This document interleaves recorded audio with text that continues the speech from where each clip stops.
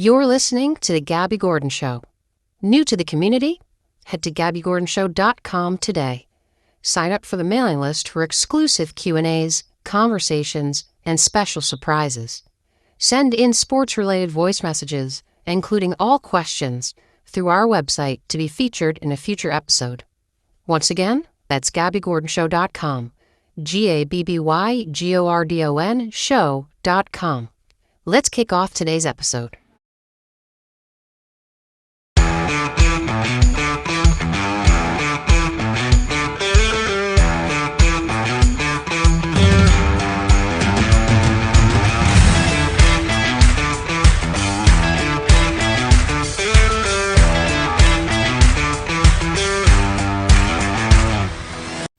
What is going on, sports fans? You're listening to the Gabby Gordon Show. Whew, it's a beautiful day on this Monday, January 8th, 2024. My juices are flowing for the National College Football Playoff Championship. Number 1, Michigan.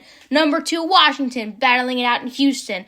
And the NFL playoffs are set. The Packers are in. The Jaguars fall short. C.J. Stroud is the savior in Texas and may be the franchise future. Bill Belichick seems to have closed his coaching career as the head coach of the New England Patriots. The Eagles drop to the Giants. Jalen Hurts gets hurt.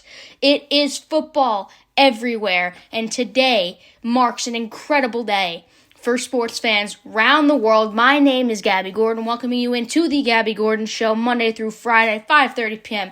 Eastern Standard Time, every day, because every day is a great day to talk some sports. And today, as I just said, my juices are flowing. I am so incredibly excited, building up with the anticipation for the event of the night, one of the biggest events of the year. We got number 1 Michigan battling it out against number 2 Washington in Houston, Texas. This is the final time before the playoffs expand to 12 next season for college football. And this is a battle for the ages. We've honestly got so much to talk about today. I don't even know if we're going to have time for today. That's why we get Monday through Friday to talk about it. But no better time than now for so many teams around the NFL, and no better time than now for these two college football teams that have battled it out all year for this very moment. The Michigan story, their last national championship was won in 1997, the year before the BCS system went into effect. Washington's last title came in 1991. These two teams have battled it out, the Wolverines and the Huskies, for decades, looking for a moment like this. And now it all comes down to tonight in Houston.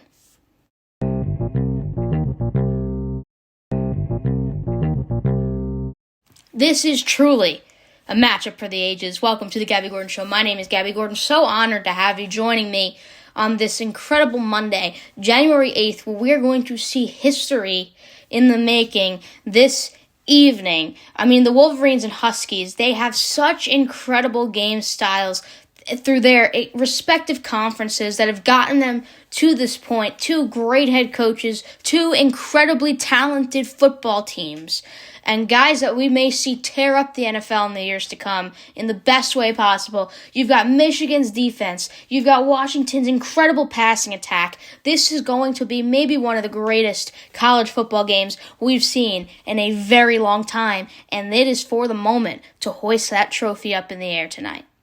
So what should we look out for going into this game, Michigan versus Washington? Well, you got to start with the superstars, and Michael Penix Jr. is going to give that elite Michigan defense a run for their money. I think the most important player in this game has to be Michael Penix Jr. He's a sixth-year senior, 25-2 in 2 seasons as the Huskies starter, and he's had a promising but injury-plagued run at Indiana over 4 seasons, and now it's time to take his name back and hoist the trophy with the Huskies. The Hoosiers played Penix under second-year Washington coach Kalen DeBoer, who was then serving as the Indiana offensive coordinator. So they've had a relationship for a long time. They've got the chemistry that every head coach and his quarterback wants.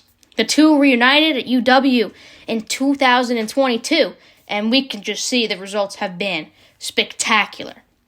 I mean, Penix has surpassed 4,600 yards passing in each of the past 2 years, and he finished second in the Heisman Trophy voting this season. Some may have even said he should have won. He was a little stubbed there, okay?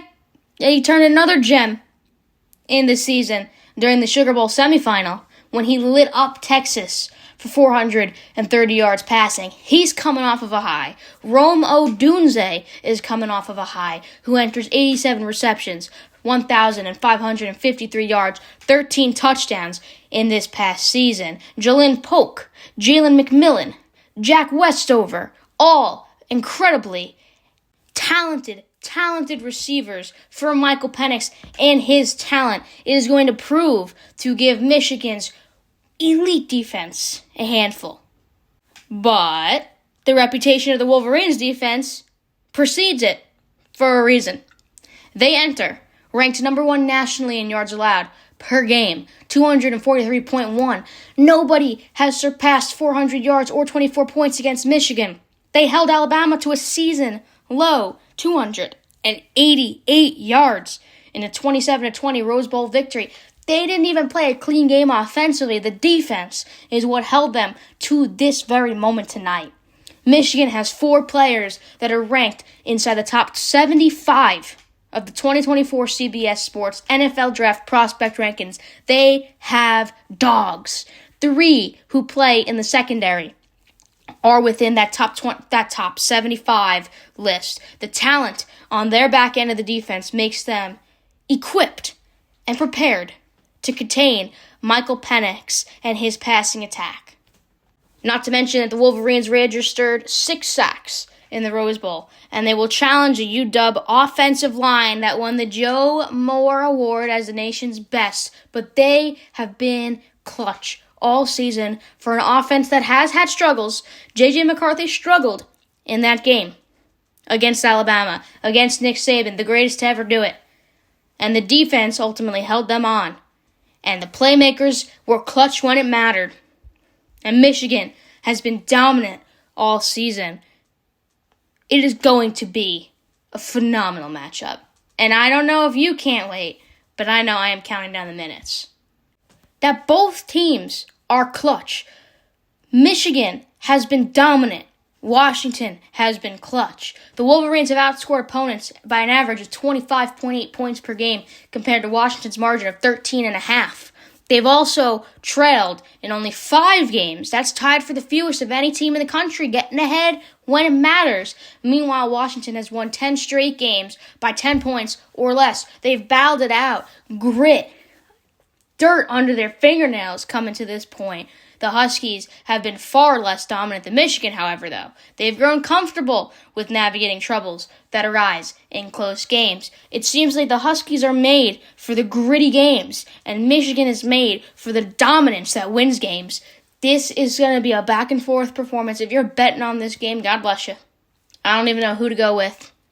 Do I lean a little bit towards the Michigan side just because of my family and them rooting towards Michigan? Sure. But the Huskies, those beautiful purple uniforms, first of all. Then the talent they have on their offensive side. It is going to be a dominant defense versus a dominant offense. And the best is going to win. And I truly can't sit here and tell you who the best is going to be. Honestly, I just hope we have a good game. I hope it's not, second half and Michigan's down by like 28 or Washington's down by 28 and you kind of just sit there and you're like, all right, this game's over. Let's get it over with. No injuries. Now it's, for a lot of these guys, NFL contention things, NFL futures and stuff. Let's not get hurt. No, I want grit. I want tears. I want sweat. I want incredible matchups here that make me not able to take my eyes off the screen even during the commercial breaks. I want to be sitting glued to my seat because of how good this game is, and I truly think we're going to get that tonight. Just 2 hours from when you're listening right now. 7:30 p.m. Eastern Standard Time on ESPN, also streaming on Fubo, Hulu, and live. Hulu.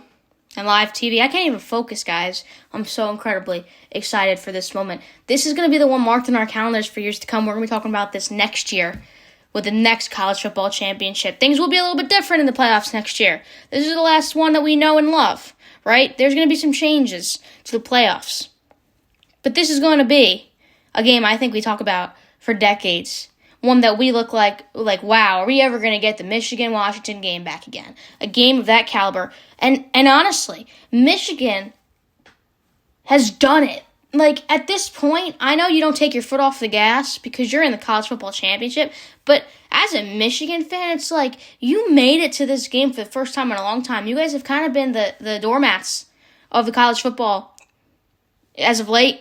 You've been disappointing to your fans. You don't make it to this point. You know, the game last year, J.J. McCarthy staring at the celebration saying, we'll be back, just wait.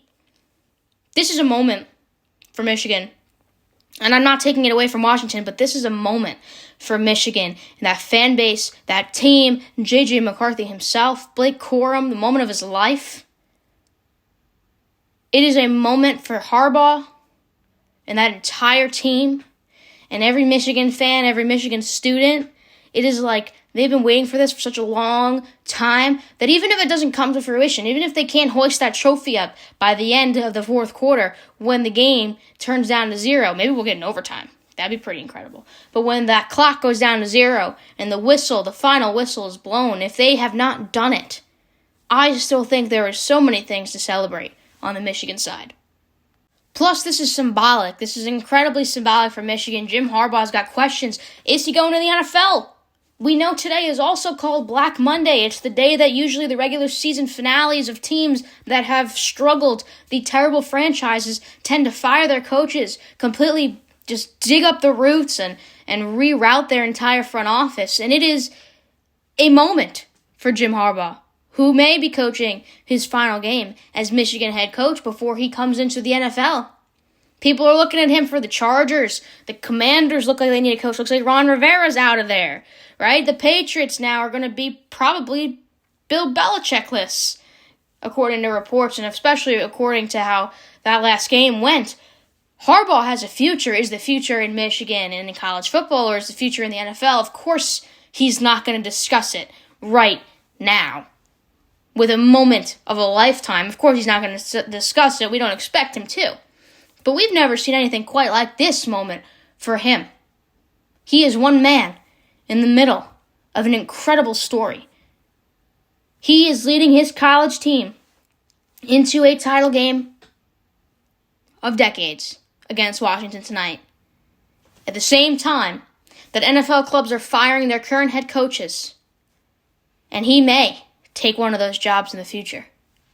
So not only is this a historic moment for the Michigan football team as a whole and for everyone who attends that school, for everyone who roots for the Wolverines because they have had disappointing finishes to their seasons. They have had finishes that you would love to forget if you're a Michigan fan. It is also a symbolic moment of maybe the last dance of Jim Harbaugh in Michigan. And as much as college football fans don't want to realize that as a reality, especially Michigan fans, it may truly be the last dance. Plus, I mean, this is a college championship of some pretty hot uniforms. Let's be real here. These are two incredibly amazing uniforms to be watching on the field playing against each other. The Wolverines have announced earlier today that they will be wearing a familiar uniform ensemble against the Huskies. They're going to don the all-blue uniform, blue jersey, blue trousers, blue accessories against Washington. And Washington will wear white pants that include purple stripes on the side, white jerseys, and the vintage gold helmets. Watching those guys go up and down the field, it's going to be like an art project that comes to life. It looks here like the experts are predicting Washington, so you know what that means, Michigan. Now it's time to prove all the haters wrong. I have not given my pick yet, and that will be given at the end of this whole thing. So you're going to have to wait in suspense for my pick. But of all the people who have picked Washington, 75% of the experts, they expect the winning margin to be 4 points or less. The Michigan backers are a bit more confident with 7 of 16 calling for a victory of more than 4 points. All right, but The most popular score pick here was Washington winning 31-27. That was predicted 5 times. 5 times. The ESPN bet line is Michigan under 5 under, and an over-under of 56.5. ESPN's Football Power Index gives Michigan a 74.3% chance to win. So everything, is changing here. Michigan's the favorite in some places. Washington's the favorite in other places. Your play-by-play commentator, Jay Alter here, is predicting a Washington win, as well as Mike Corey, the studio anchor, ACC Network, Wes Duran. I mean, there's a lot of people predicting a Washington win. In fact, 32 from the ESPN team, it seems, while only 16 from the ESPN team are predicting a Michigan win. And look, it can go either way. It truly can. When you've got stars like Michael Penix Jr., J.J. McCarthy, you've got Blake Corum, who had a phenomenal year, and you've got 2 incredible coaches, it can go either way. And that is the joy of this. That is the joy of this time of year. Not only do you have the CFP National Championship going on in Houston, Texas, tonight, 7:30 p.m. Eastern Standard Time, ESPN. Don't you dare miss it, because we're going to be talking a lot about it tomorrow on tomorrow's show. But you have the NFL playoffs. It's Black Monday.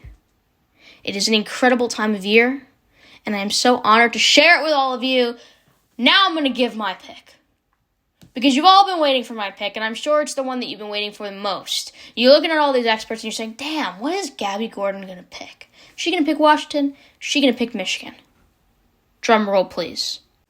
For no bias reasons, all bias out the window, I am choosing the college football national champions of 2024 to be the Michigan Wolverines. This is not only the biggest game of J.J. McCarthy's career, it is the biggest game of Blake Corum's career, the biggest game of Roman Wilson's career, one of the biggest games of Jim Harbaugh's career, and potentially the final game where Jim Harbaugh wears the Michigan merchandise. He may be an NFL head coach out there, and J.J. McCarthy may be an NFL quarterback out there, Blake Corum may be an NFL player, Roman Wilson, whatever. These guys have so much talent on their offensive side, but not even just that. They are known for the elite defense that they run. Michael Penix Jr. is a phenomenal passer. He is the best of the best in the quarterback position. There is no doubt that he is probably the most talented guy in this entire game. And Washington may have the advantage in that light. But when Michigan was knocked down against Alabama last weekend, when the hopes were gone, when we're sitting in the living room and my dad turns to me and says, "This game's over," J.J. McCarthy, Blake Corum, Roman Wilson, Jim Harbaugh, they put their foot on the gas, they picked themselves back up, and they won that game when it mattered most. And that is why I am picking the Michigan Wolverines to win this thing. They were made for this moment, y'all. They were made for this moment. It has been a long, long time since Michigan saw this an incredible moment ahead of them. They are not going to waste it. I'm not saying that Washington's wasting this. Let's be true here. Washington can easily knock the lights out of Michigan in the first half of this game, and we could be saying, wow, your prediction sucked. I'm not saying this prediction with total confidence, but I'm saying this prediction with what I have and what my gut's telling me. And my gut's telling me that Michigan's taking this game as a last moment with their head coach, Jim Harbaugh, before he ventures into his new career in the NFL, potentially as a coach of the Chargers, the Commanders, the Patriots, and every other team that's firing their head coaches. Hey, Arthur Smith is out the door too. Falcons need a new guy. We'll get to that in a little bit. But this is an incredible moment for Michigan. And they're not going to waste it.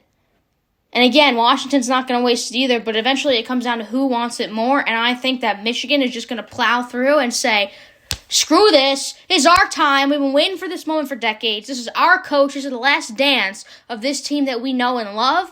Let's freaking kill it. So Michigan's going to take this game. So that is your College Football National Championship 2024 preview. Remember, this game is on in just 2 hours, 7:30 p.m. Eastern Standard Time. Less than 2 hours now. We're 15 minutes into the show. We are getting closer and closer and closer and closer and closer. By the time you finish this show out, all you got to do is click on ESPN and the game is ready for you. So I'm giving you a nice precursor to this game. Don't you dare miss it. Michigan Wolverines, Washington Huskies, 7:30 p.m. ESPN in Houston, Texas. The battle of the ages. One team walks away with its first title in more than 25 years. Michael Penix Jr., J.J. McCarthy. You got Jim Harbaugh. You got Kalen DeBoer. You got dogs everywhere you turn your head. And may the best win. My. There's like lightning in the studio right now. Let me tell you, I feel so incredible. This is the best I've felt in a long time. I missed 2 shows last week, y'all. I was under the weather, okay? I was under the weather. It is like this game has taken me out of my yearly January to whatever cold thing that I've got going on. It has taken me out of it. I have been reborn into a new light, and I am just, honestly, giving up for both of these teams. I know my prediction stands how it stands, and I will be betting on it. So if I lose money, you will hear about it tomorrow. If you are betting, best of luck to you. I know my prediction and how it will stand, and I will stand by that, even if I'm wrong tomorrow. And I will tell you firsthand, I was wrong. I overlooked Washington, and they came out with the win. But no matter what this game turns out to be, what a blessing we have to watch both of these teams battle it out. Battle it out tonight. So, enjoy the game. This is the Gabby Gordon Show. We'll be back right after this.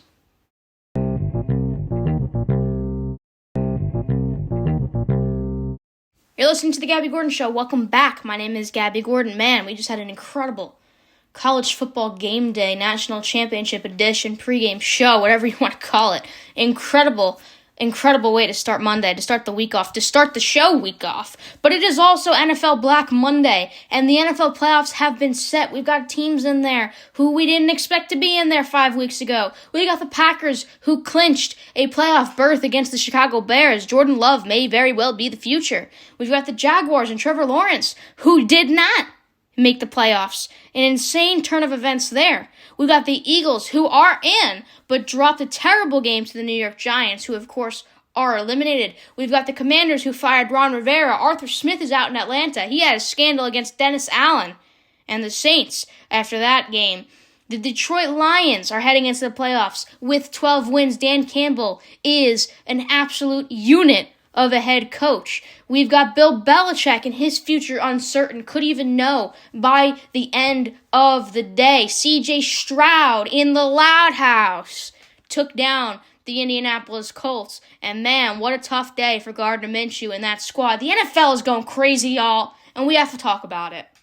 All right, so here's the official 2024 NFL playoffs schedule, bracket, how it all finished out, teams that are in, and teams that are not. We got to talk about all of it because a lot happened yesterday on the final week of the NFL season. By the way, Scott Hansen, amazing season for NFL Red Zone. It keeps getting better every single year, and I'm so sad to see it go. But we have Wild Card Weekend coming up. And so we got a lot to talk about. Of course, in your AFC side of things, Baltimore Ravens clinched a while ago.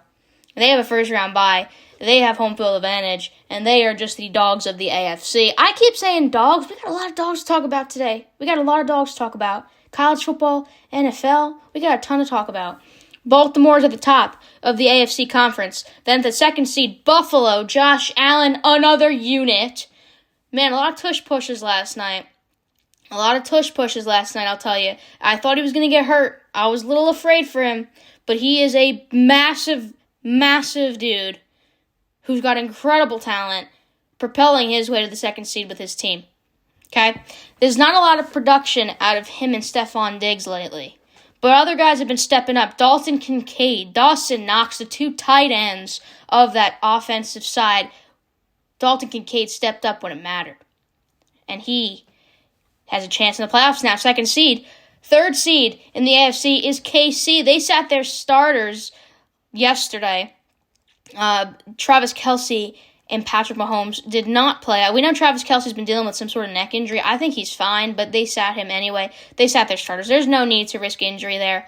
So Kansas City will also be getting a home playoff game in Arrowhead Stadium. Number 4, Houston played against the Colts in the Loud House, eliminated Houston from the playoffs, and C.J. Stroud had a moment to be the villain in Lucas Oil Stadium. And what did he do? He stepped in there and he played the role of the villain. And he, just in his rookie year, y'all, is now the 4 seed in the AFC, leading his team to what may be a beautiful playoff run. We don't want to jinx things for the kid, but I think they could go a long way here. They could be sneaky, sneaky favorites. Number 5, Cleveland, under Joe Flacco, has clinched the 5 seed in the AFC. Number 6, Miami, has dropped, it seems, in their talent level, and they are being plagued with injuries left and right. Tua looks like he may be slipping through the cracks a little bit. He even mentioned he's been trying to play hero too much, and he's got to keep things simple. So now it's time for Mike McDaniel to get his guys into shape. Tyreek Hill obviously had distractions coming into this game. His house went on fire last week. Thank God everybody is safe, everybody is okay, and the house seems to be okay, but I'm sure that he had a lot of things on his mind headed into this game. Still put up a great performance and a great regular season. But a lot of things going on with that team and adversities to overcome. Mike McDaniel is the guy who stays calm through it all, so we hope that that can translate to his team. And then number 7, Pittsburgh, a coach that is in the question to be the coach of the year after what he has been able to accomplish and just string out these wins when it mattered to clinch a playoff spot. That's the Pittsburgh Steelers. Give it up for Mike Tomlin, who has continued his streak of a winning record in every season of being head coach. It is incredible to see what he can do with a broken team and make it whole again. Now the NFC. NFC's got tons of talent as well. San Francisco, of course, I still believe they're the most talented team in this entire league when healthy. Completely healthy, and when they can execute, they make great things happen. They did not play their starters. Of course they would not, but they've got Brock Purdy, Christian McCaffrey. They've got such incredible talent, so they're the number 1 seed. They will be getting their home game and a first-round bye as the conference champions. The number 2 seed, Dallas, as a Green Bay fan, not so excited to be playing Dallas at home. Let's just put it that way. Okay, let's just put it that way. Would have much rather played Detroit, who is your 3 seed, but Detroit will be playing in a battle of the ages against Matt Stafford. And that's going to be a great game. But let's finish out. We'll talk about that matchup in a minute. Let's finish out these rankings. So number 2, Dallas, of course. They really stepped it up when it mattered. I mean, they still have their troubles on the road, but it was really against the Commanders like, all right, foot on the pedal, let's just get to where we need to go. And they did. Number 3, Detroit. Great final season win. Dan Campbell plays his starters, and it may have been a little bit of a problem, okay? Sam Laporta, pretty rough injury. I don't know if we have the news on that yet. I'm going to check that for you at the break and let you know if that news came back. But pretty significant injury for Sam Laporta. That hurts them a ton. And, as Dan Campbell, I think he's the type of guy that doesn't take his foot off the pedal until they have won this whole damn thing. So we should have expected that at the very least for their team to not give a damn and play everybody to the final minute. They don't even go in victory formation. They ran the ball to run out that final possession in the fourth quarter. They didn't even take a knee. So it's like Dan Campbell's mentality is great and all, but at the expense of Sam Laporta, that could really hurt them. We hope he's okay, but I don't think he's going to be ready for this playoff game coming up. Number 4, Tampa Bay. Baker Mayfield, not the best game. It was not a very nice game to watch against the Panthers, but nonetheless, they get it done when it mattered. They've clinched the 4th seed. Philadelphia, 5 seed. They're in it, all right? They're in it, and that is something there. And they are a talented team, but what the hell is going on in Philly? What the hell is going on? Coming into New York Giants at MetLife and just losing the way they did. Now, I know that Jalen Hurts got hurt. He had some wacky finger thing going on there. A finger that shouldn't bend in the way that it was bending. It looks like he was giving the finger to the camera, holding it up. Maybe he was, honestly. If I was him, I probably would be. Because that was a pitiful performance. And coming off of the loss. It should have been a win. Coming off of the loss against the Cardinals, one would have thought they've got motivation. And they're going to stomp on the Giants. And they did anything but that. They made the Giants look like a good football team. And that's a real hard thing to do. Because the Giants now have a lot of questions about their draft pick coming up. And what they're going to do with it. Will they draft a quarterback? Will draft, hopefully they'll draft a quarterback because their quarterback. Do you want Tyrod Taylor? Do you want Tommy DeVito? No. You got to make some moves here. But they just look pitiful against the Giants, and I don't see them going very far. Against Tampa Bay, that's going to be who they play against. So, they better figure it out real quick in Philly. They're number 5 seed, though. They're in it. That's respectable. No hate to Philadelphia. They got it done, and that's really all that matters. And now they've got time to regroup and make something happen headed in to Wild Card Weekend. So, number 6, the Rams we just mentioned. Matt Stafford had a phenomenal season. Sean McVay, phenomenal season. Now he gets to play against his former team. That's a matchup we've all been waiting for in the Detroit Lions. The Lions will obviously be the home team for that one. But Matt Stafford gets to come back in against his former head coach, against his former team, and Jared Goff against his former team as well, and see who is truly the best and who won that trade. Because there's a lot of questions still. Who truly won that trade? The Rams or Detroit? Well, now they're both in the playoffs, and they're both against each other. So now it's the time to see the true answer. So they're a number 6 seed. And then, of course, number 7 seed, my Green Bay Packers. Look, y'all, they didn't play a good game, okay? It wasn't a good game through and through against Chicago. And Chicago put up a fight, so props to Chicago. But we still own the Bears, and that rivalry is still in our hands. And I'm sure that Jordan Love is feeling great. I'm sure coming into that game, he's like, oh, crap, I really don't want to be the quarterback that turns this rivalry around the wrong way. And he certainly didn't. There's a beautiful picture. I posted it on my Instagram story, at Gabby Gordon with 2 N's at the end, where you just have a great embrace between head coach Matt LaFleur and your starting quarterback and the future of the franchise, Mr. Jordan Love, who, even though he is not truly a rookie, was playing in my mind and in the world's mind, rookie season with the Green Bay Packers and propelled them to a playoff spot, sneaking in there to a playoff spot ahead of some other teams that were praying for a Bears win and that were praying for other things to happen where they didn't have control of their playoff future, and the Packers did, and they took advantage of that. So kudos to them. They have had troubles all year. Their defense, I still think, needs to be evaluated in many ways. I think Joe Barry, after this season, might be out. But nonetheless, they won when it mattered. They will be coming into Dallas, playing against a very talented Dallas team in Wild Card Weekend, one that I am a little bit nervous about. I'm not going to lie to you, because we know Dallas at home is pretty elite. And I much rather would have gone in Detroit, because they beat Detroit on Thanksgiving. But nonetheless, Jordan Love got it done without Romeo Doubs for the majority of the game. He left with a chest injury and did not return. So you see, guys, I heard this wonderful stat during the broadcast. Every Packers receiver is either a rookie or in his second year. That is a young team that just made it into the playoffs. Jordan Love is 1 for 1 now in his career, starting and making the playoffs. So pretty incredible. Will they go far? Who knows? But sitting here as a Packers fan, at the beginning of the season, I told you I would feel lucky to get 5 wins. And now we're the 7th seed in the NFC. So some pretty incredible things. And Wild Card Weekend is going to be incredible starting on Saturday. Your first matchup will be 4:30 p.m. Eastern Standard Time. NBC, number 5 Browns at the number 4 Texans. So let's look at all these matchups. Do a little NFL Super Wild Card Weekend preview. Just the second time in 20 years, the Browns are in the playoffs. Joe Flacco may not be human. These two teams met back in Week 16, but you probably can't take too much away from that win by Cleveland because C.J. Stroud didn't play. And the Texans' superstar rookie is going to be on the field. He's been facing tests all season long, but against the Browns, it will probably be one of his biggest tests of the season because the Browns' defense is pretty incredibly talented.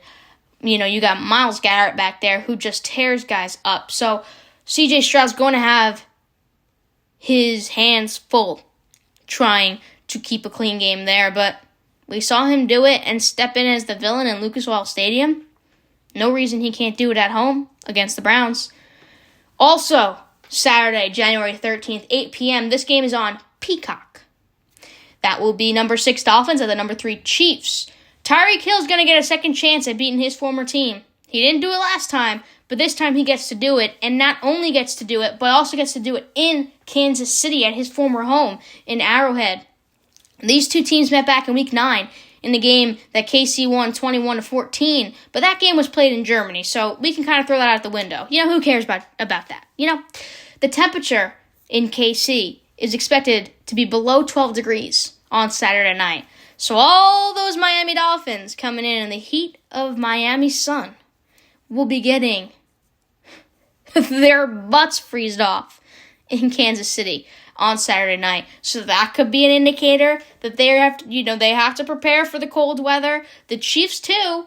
It's pretty cold, 12 degrees below zero. All right, Kansas City is cold, but that's real cold. Tyreek Hill's got a lot of motivation. That entire Dolphins team has a lot of motivation, and the Chiefs have the motivation too, because they've had a really rocky season. A lot of questions. I bet you Taylor Swift's going to be there. I hope she doesn't curse that team. I feel like ever since Taylor Swift started attending games, they've started to go downhill. Travis Kelce has not had the best weeks as of late. He did not play, of course, yesterday. They sat their starters. They had a nice break. That's going to be a nice game for Super Wildcard Weekend. That is just Saturday. We've got so many more matchups coming up.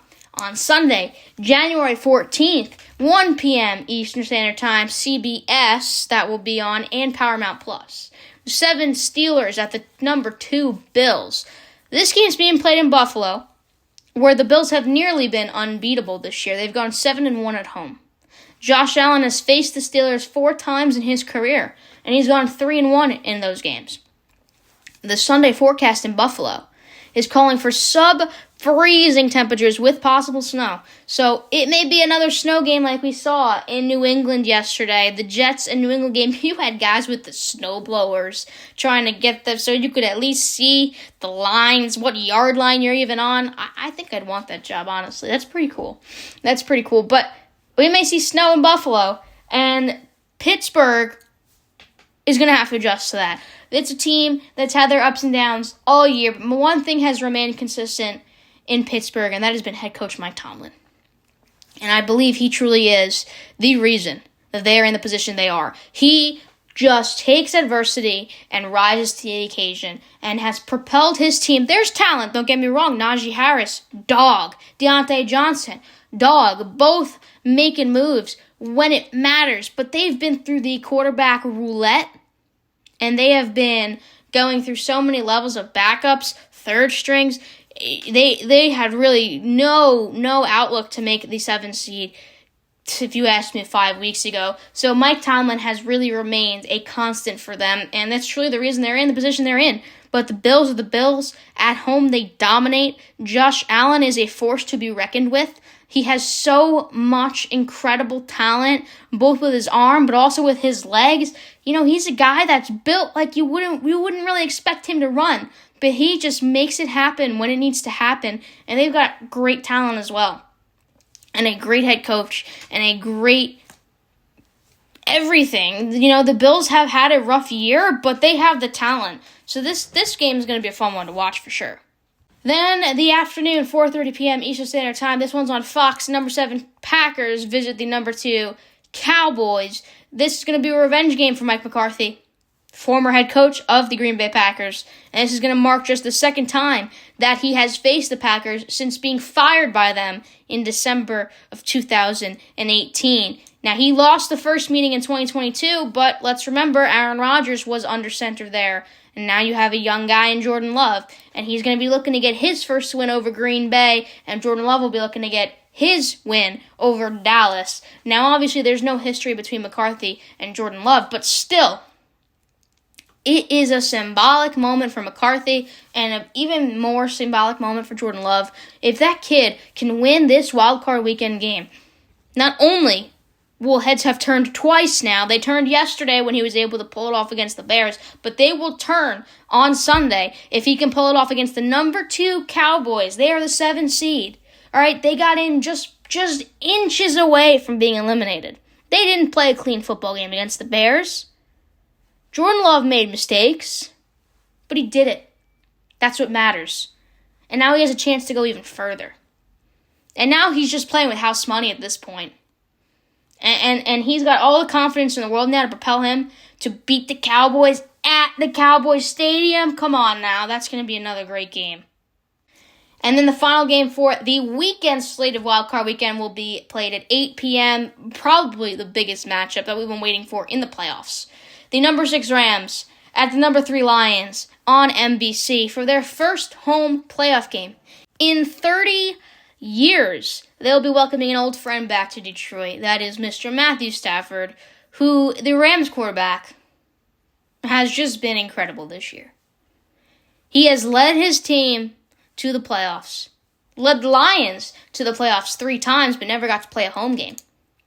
Now he'll be playing at his former home. This is also a huge game for Jared Goff, who's going to be facing a team and a head coach that traded him away because they didn't want him anymore. And the question has been remaining through the beginning of this trade: who won the trade, Jared Goff or Matthew Stafford? We may finally get the answer to that question on Sunday night. And I think the world will be watching this matchup. We've been talking about this. Look, I'm sitting here watching the Green Bay Packers play against the Bears, and we know that there was a lot riding on that matchup for who they were going to play, because they were almost going to play Detroit as well if some other things didn't happen. But the entire time, we're all just thinking and sitting there at the dinner table, man, I want to see the Lions and the Rams. You know, what a matchup that's going to be. It's just a revenge game for both of these guys. In a winner-takes-all type of game. The loser goes home. And who won that trade? We're going to find out real quick. That's a great game. I can't wait for that one. And then, of course, your Monday night wild card weekend game. The number 5 Eagles at the number 4 Buccaneers, 8:15 p.m. Eastern Standard Time. That's on ABC and ESPN. The Eagles have just basically stumbled their way into the playoffs. It's like they've gotten knocked down and they just crawled their way through into it. Honestly, that's what it's been like for them the past couple of weeks. But they will head to Tampa, knowing that they beat the Bucs 25-11, at Raymond James Stadium back in Week 3. Now, a lot has changed for both of these teams since Week 3. The Eagles are a completely different football team than they were in Week 3, as well are the Bucs. And I don't know what's going on in Philly, but they put together an ugly last few weeks. More than ugly, abysmal last few weeks. You know, ever since that Seahawks game where Jalen Hurts was under the weather with whatever flu-type sickness that he had, when they dropped to the Seahawks, nothing has been the same for them. I don't know if it's a confidence issue, if it's a locker room issue, or if it's a head coach issue. I don't know. And we listened to A.J. Brown break silence, who, by the way, got an injury over the weekend. We hope he's going to be okay, because he's just the captain type guy. And based on what we heard last week from A.J. Brown breaking silence, saying, it's not Nick Sirianni, it's us. And not only is that accountability, that's leadership, and that is exactly what the Eagles needed heading into last night's game, or yesterday's game, rather, but they just couldn't pull it off. And they continue to fall short. And look, the Buccaneers are not the greatest team out there. They played a pretty pitiful game yesterday as well, and Baker Mayfield makes mistakes all the time. And that team is far from perfect. And that team is rocky up and down. You know, they're not a consistent football team.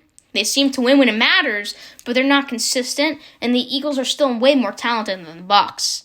I truly believe they have more talent than the Bucs. They just can't put the talent together. So, can the Eagles turn it around at Raymond James Stadium?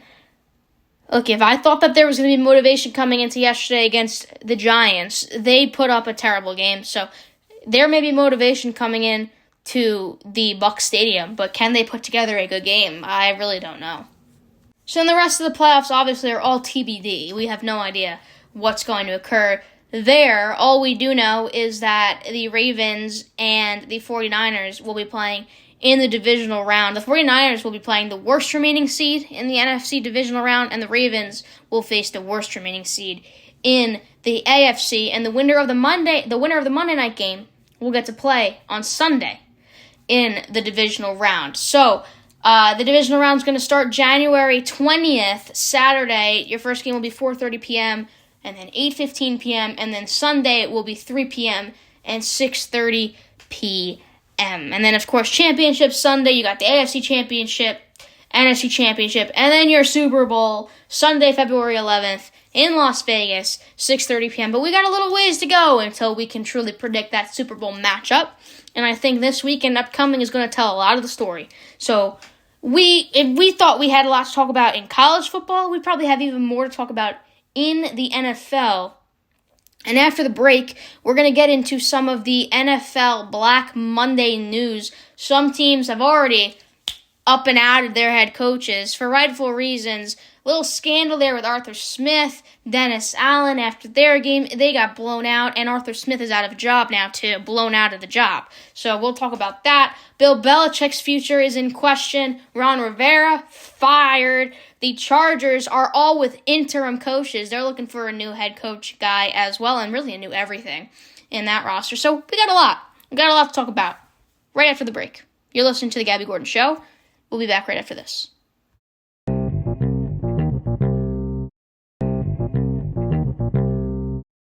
Welcome back to The Gabby Gordon Show. My name is Gabby Gordon, welcoming you back in on this fine Monday, January 8th, 2024. Also, the NFL's Black Monday, where coaches and coordinators and GMs and all the teams that suck in this league get fired now that the regular season is over. It is the most feared day for coaches whose teams have had a rough year, whose franchises have not seen success in a long time. And there's a lot of teams that we're going to see a lot of differences headed into next season. I'll just tell you that much. The Falcons did not waste any time firing Arthur Smith. They fired him right after midnight. I remember headed up to bed last night, get the notification on my phone, ESPN, Arthur Smith is out as head coach. Ron Rivera received the axe on Monday morning as well. Right before the show this morning, we got the news that Ron Rivera was out as Commanders head coach. In fact, I think that even in the beginning of the show today, I mentioned that there were questions surrounding his future in Washington, and that question has been answered. So there you go for that. 3 coaches were canned during the season. Josh McDaniels of the Raiders was out. Frank Reich of the Carolina Panthers was out. And Brandon Staley from the Los Angeles Chargers all were out during the season. So they're all job openings there in those respective cities. Who's on the hot seat? Well, there's been rumblings coming out of New England that the legendary coach Bill Belichick's future is up in the air. Will they part ways mutually? Will New England fire him? Will he resign? Will he retire? A lot of questions with Bill Belichick's future. Will he become the next head coach of some of those teams that are in need? As the Chargers are in need, the Falcons are in need, the Commanders are in need, the Raiders, the Panthers. There's so many teams that are in need. And, of course, they're all going to be eyeing Bill Belichick. He's the best coach out there, especially if he announces that he is parting ways with New England. What's that going to look like? And I gotta be honest with y'all. He looked miserable yesterday in New England against the Jets. Truly miserable. I mean, you think that they were sitting there trying to win that game? Of course not. That was a tank season all the way. Tank. Bill Belichick threw his hands up in the air. Probably just done. I kept saying over and over that I couldn't see him leaving New England. What a legendary career he's had there. But it's becoming more and more prominent that his future is truly up in the air. I don't think he's going to retire. I think there's still a lot of unfinished business that he can accomplish. I think there's a ton of talent he can inherit in the right place. It's just got to be, now, does he resign? Does he truly retire? Do they part ways, or does he get fired? That's all going to come out in the next couple of days. We may even find out by the end of the day, by the end of the show. Anything can happen. It's NFL Black Monday. As of about 15 minutes ago, Washington's already getting to it over there. They have requested to interview the Ravens defensive coordinator Mike McDonald for their new head coach vacancy. According to CBS Sports' Josina Anderson, they fired Ron Rivera, of course, earlier this morning. They have also reportedly requested to interview Lions DC Aaron Glenn and their OC Ben Johnson and Rams DC Raheem Morris. So they're making a lot of moves. There are also questions surrounding Mike Tomlin's Steelers' future. Despite their playoff spot, there has been some speculation among media members that he could walk away from Pittsburgh after this season. I mean, if Pittsburgh doesn't want him anymore, or he doesn't want Pittsburgh anymore, that's fine, but he's going to get a job right away. Like, he's one of the best coaches out there, truly. And seeing what he has done now against a team that the Steelers are not that electric, in my opinion. They got some electric playmakers, but to just force their way into the playoffs, that's really all Mike Tomlin. And I don't truly know what he's gonna do. And Adam Schefter was actually on the Pat McAfee show earlier today, and he said, quote, "I don't know what Mike Tomlin's gonna do, but I can tell you that people out there in the league think after this season he could walk away." And again, I will stand by my words that if Pittsburgh does not want him anymore, he will have a job really, really easily after. That guy's not going to be looking for work. The work is going to come to him. That's the type of coach he is. Questions with Nick Sirianni as well, there are questions with him. As much as the Eagles players have stood up for their head coach, and he has taken a lot of hits for what has gone on in the last couple weeks of the season. I mean, that's what you get with the job. If your team is just abysmal, you're gonna get the brunt of the criticism from the media. That's what you sign up for as a head coach. You're the spokesperson. You're the leader of your team.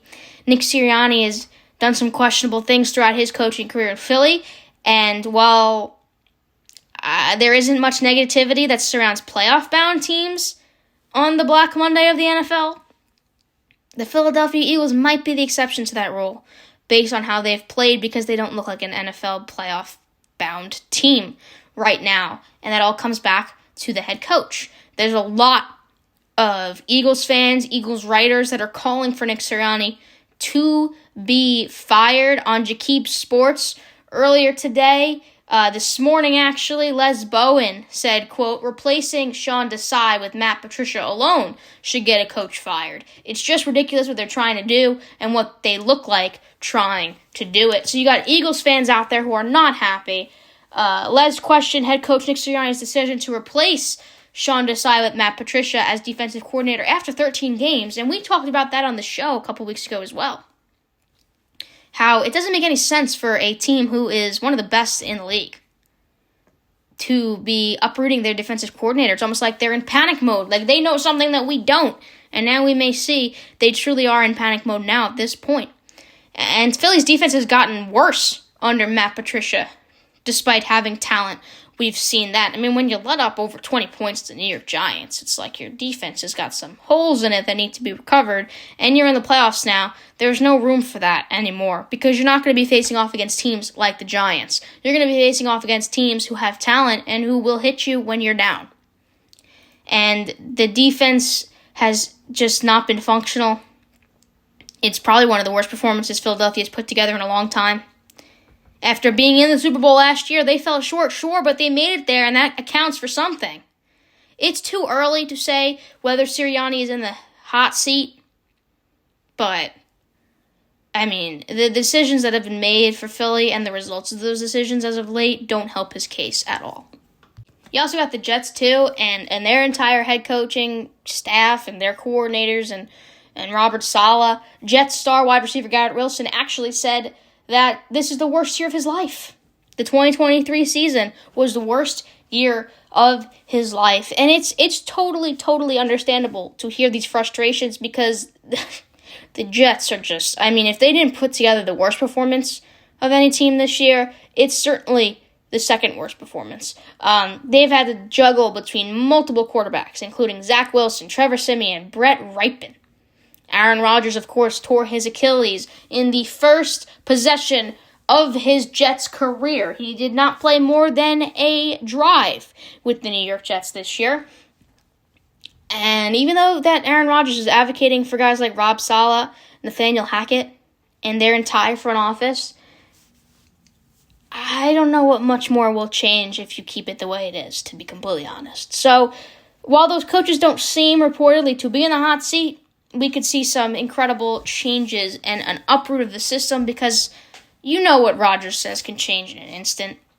It's hard to know how much better the Jets could have been with Rodgers under center, but it is truly safe to say things cannot get any worse than it has now.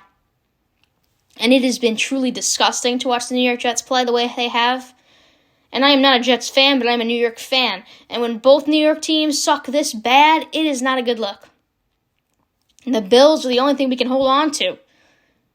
And the Bills are the true New York team. Upstate New York, Buffalo, these two teams are New Jersey, honestly. So the Bills are the only thing that keeps New Yorkers alive, honestly, here with this situation. But I don't even know what to say about the Jets. They're just so far gone that honestly, it's probably best we don't talk about them until next season. Okay, moving on. The Seahawks and Pete Carroll. Looks like Pete Carroll's going to return for another season as the Seattle Seahawks head coach. He reported on Seattle Sports that he plans to return as the HC in 2024. He said, quote, "I'm not worn out.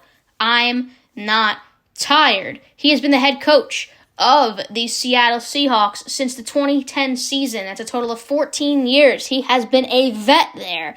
And his record as the team's head coach is 136, 89, and 1. He is truly the most successful head coach in franchise history. He has had rough years, but he is Pete Carroll.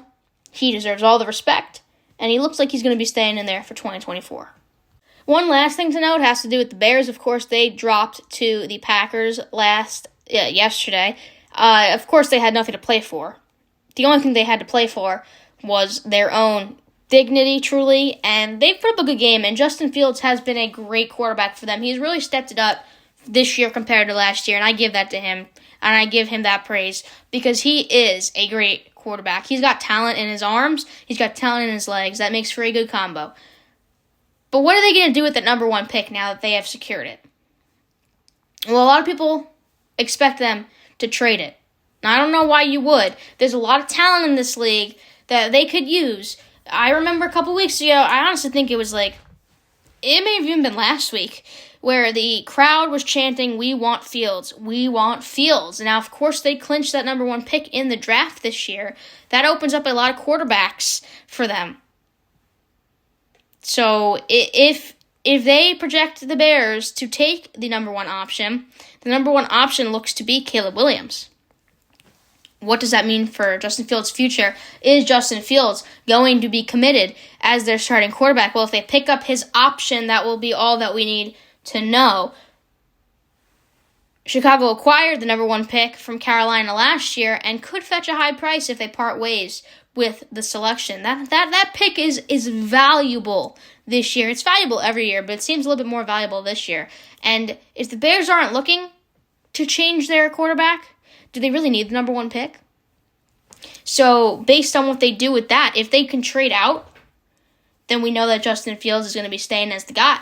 If they keep that pick, then questions surround, is Justin Fields going to be their starter for the future? I believe he has earned it. I believe he has earned the rightful spot as their guy, as their franchise quarterback. He needs the coaching around him. He needs the talent around him, but I believe he can do it. I truly believe he can. He's still young. He's still got a lot of learning to do, but he's talented. And when you've got good bones, when you've got a good foundation, you can do some incredible things. So that's another big news leak that's coming out today, Black Monday. It's been surrounding the league. What's going to happen with Chicago? And that was going to be my last one because this is, we got a lot. We still got a lot to talk about, guys. I mean, we have a lot of news going on here. I don't know if I can fit it all into today's show, but another huge thing. The New York Giants. Brian Dable seems to be okay in his position, but the team doesn't seem to be pretty secure. Saquon Barkley seems to have played his last game in a Giants uniform. He's going after the money. Will teams pay him? I don't know. He's a running back. Running backs don't usually get paid incredible monster contracts unless they're Christian McCaffrey caliber, and I don't think Saquon Barkley is. He's been buried with some pretty bad teammates. Not bad in their personalities, but bad in their football talent, and it's really covered Saquon Barkley's natural ability. So on a good team with a good run game, maybe a run-centered coaching scheme, he could succeed, but it all comes down to, will the Giants pay him? Will another team pay him? Is he out of New York? What's that going to look like? Now, I want to circle back to Arthur Smith, who just, it's Arthur Smith. There's not much to say there. He got fired. He is out of a job. He is looking for work at this point. And you never want to see guys get fired. I mean, this is their living. It's like turning to somebody who just got fired, one of your best friends who just got fired. It's like you feel for them. You feel for them because that's what they do for a living. That's how they put food on the table. That's how they provide for their families. So in no way do I take joy in talking about NFL Black Monday and guys that have just lost their jobs. And a lot of times, guys lose their jobs because the teams that they were placed with have no talent. And it's tough. It's tough to talk about. But Arthur Smith got on my nerves yesterday. I mean, look, the Saints destroyed the Falcons. Okay, it was 48-17. They destroyed the Falcons. They embarrassed them. They danced on their graves. It was a critical NFC South rematch on Sunday, and the Saints never took their foot off the gas pedal. Even after they ran a fake kneel down for a touchdown to go up 48-17 in the final minute of action, Falcons coach Arthur Smith was not very pleased. He cursed at Saints coach Dennis Allen, refused a handshake in the post-game exchange, and he said something along the lines of, "Why the F would you do that, man? Why the F did you do that? That's effing bull crap." So I just almost said it. Bull crap. Okay, I can't say those words on this show. Allen appeared to try and calm down Arthur Smith at the beginning of their exchange, and he can be heard in the broadcast footage saying, "I understand that," near the end of their meeting. It's safe to say that Smith did not like how New Orleans handled the end of the game. Now, Dennis Allen actually said that was unacceptable. Coming into today, he said that play was unacceptable, and he understands completely why Arthur Smith is upset. But here's the deal. This is the NFL. This is the National Football League. This is the best of the best. Your team is not good, Arthur Smith. Guess what? You don't want that to happen? Stop them. Stop them. These guys do this for a living. There's no reason they need to take the foot off the gas because your team can't do anything to stop him. Look, I understand, even if, a fake kneel down would have done the trick. Maybe in this particular situation, this was the wrong way to handle it for the Saints, and Dennis Allen was respectful about it. That's the number one thing, respect. What Arthur Smith did in that post-game exchange was ridiculous. It was disrespectful, disruptive to the team, and he's now out of a job. Now, was he probably out of a job anyway? Probably. The team finished 7-10. They're not talented. They're not great. Desmond Ritter's terrible. And no disrespect to any of these guys. I have no disrespect to the Falcons. I happen to like the Falcons team as a whole, the franchise, what they stand for. And Matt Ryan was a beast on that team, which I'll always treasure those moments watching Matt Ryan on the Falcons. But the time had come for them to move on. And Arthur Smith is not the guy, but the way that he handled that was immature and rude. And if you look at the specifics of the play, Jamal Williams did not score a touchdown the entire season after scoring like 15 plus last year. And Allen was asked if they could have just run a play rather than running out the clock.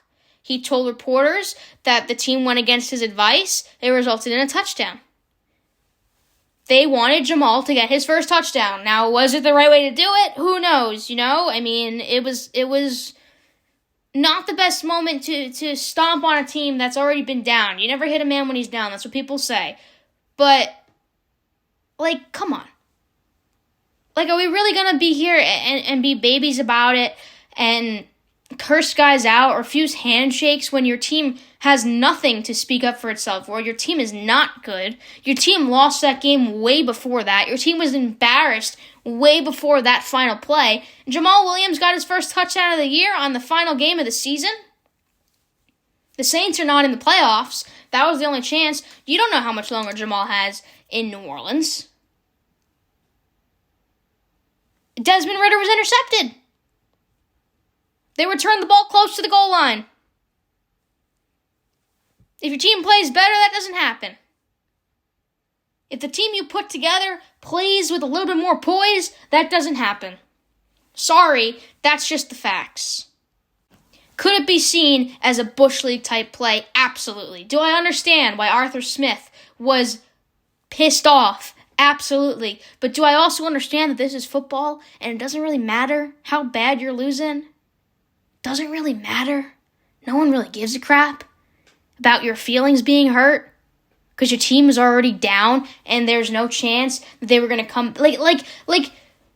I just don't understand why he has any place to say anything that he said with the team he put together this year and what that game looked like. The Falcons were out of that game well before Jamal Williams scored in the final minute of action. So, I mean, with that, it's like you don't even have a place to talk. Stop him.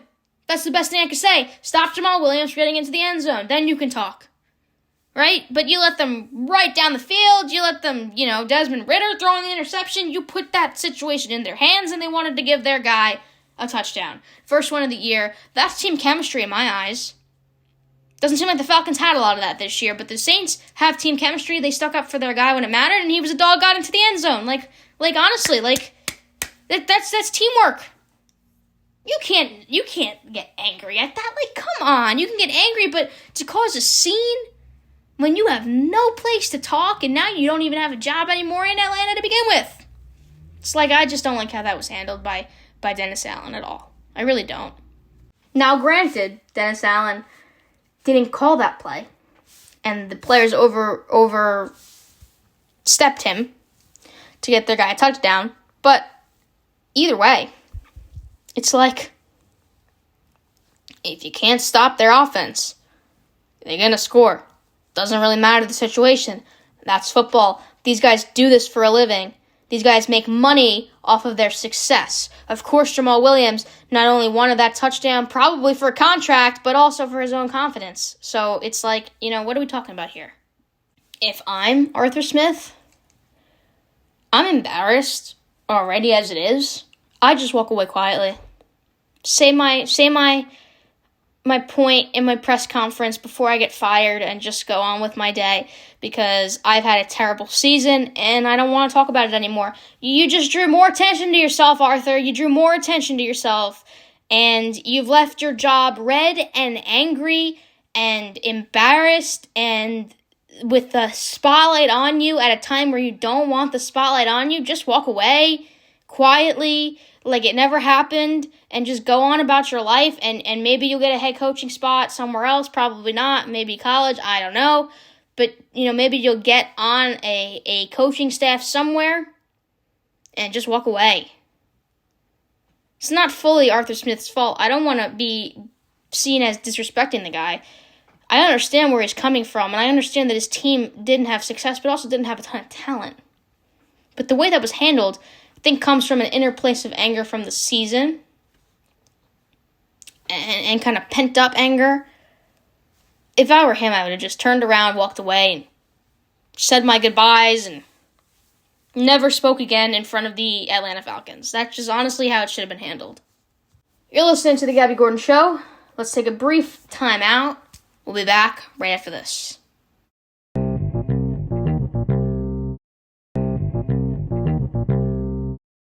You're listening to The Gabby Gordon Show. Welcome back to the program. My name is Gabby Gordon, welcoming you in on this wonderful Monday. We've got the College Football Championship very soon, folks. Very soon. Start turning on TVs, ESPN. I'm very excited for this one, just as much as I'm sure you are all excited as well. If you're placing bets, share them with me. Maybe I'll tell one of your parlays. Who knows? I mean, I'm not a pro at this thing. I'm far from it. I did win some nice money yesterday. It was Travis Etienne who got me there, actually. So even though they didn't make the playoffs, which we didn't really get to talk about today, we'll go more into detail about what happened there, what went wrong with Trevor Lawrence and the Jaguars there. We'll get more into that tomorrow. We've pretty much run out of time. There's too much information to talk about, and we just simply don't have enough time to talk about it. I need a 3-hour show to get through everything I wanted to get through, and we just don't have that. So we're just going to get through it all throughout this week, leading up into Super Wildcard Weekend. We're going to have, of course, the CFP to speak about tomorrow, and I hope it's some great things to speak about. Of course, I'm also going to keep an eye on NFL Black Monday. Check the Twitter for updates. Of course, you just got to look at the most trending. And once you see Bill Belichick's name up there, you got to click on it because, whoa, where's he going? I'm waiting for that. I'm really waiting for that. I hope we have that answer by this week. If not, I don't know. I feel like he's going to drag it on. I feel like that's just the type of guy he is. But I also feel like he wants to get down to business. And if he has no intentions of staying in New England, I feel like we're going to know pretty soon through either inside sources or through the Patriots themselves. So we have so much still to hit on, and we're going to hit on a lot more of it tomorrow, 5:30 p.m. Eastern Standard Time, same place. But tonight, the only thing that our eyes will be focused upon is the beautiful college football national championship between number 1 Michigan, number 2 Washington, Houston, Texas. It will be the Loud House there, I'll tell you that much. It's not Lucas Oil Stadium, but it's going to be the Loud House. And I am so incredibly excited to see J.J. McCarthy versus Michael Penix Jr., Jim Harbaugh versus Kalen DeBoer. It is going to be a battle of the ages. It is going to be a game that we remember for a long time. And it better live up to the hype, okay? Because I am hyping this thing up to the max. If it doesn't live up to the hype, I'm not going to be happy tomorrow. I'm not going to be happy. My pick, of course, is within Jim Harbaugh and the Michigan Wolverines, potentially his last dance in Michigan as the Michigan's head coach. J.J. McCarthy, Blake Corum, all the talent that they have on that side, plus Washington's offensive talent, is going to be a game.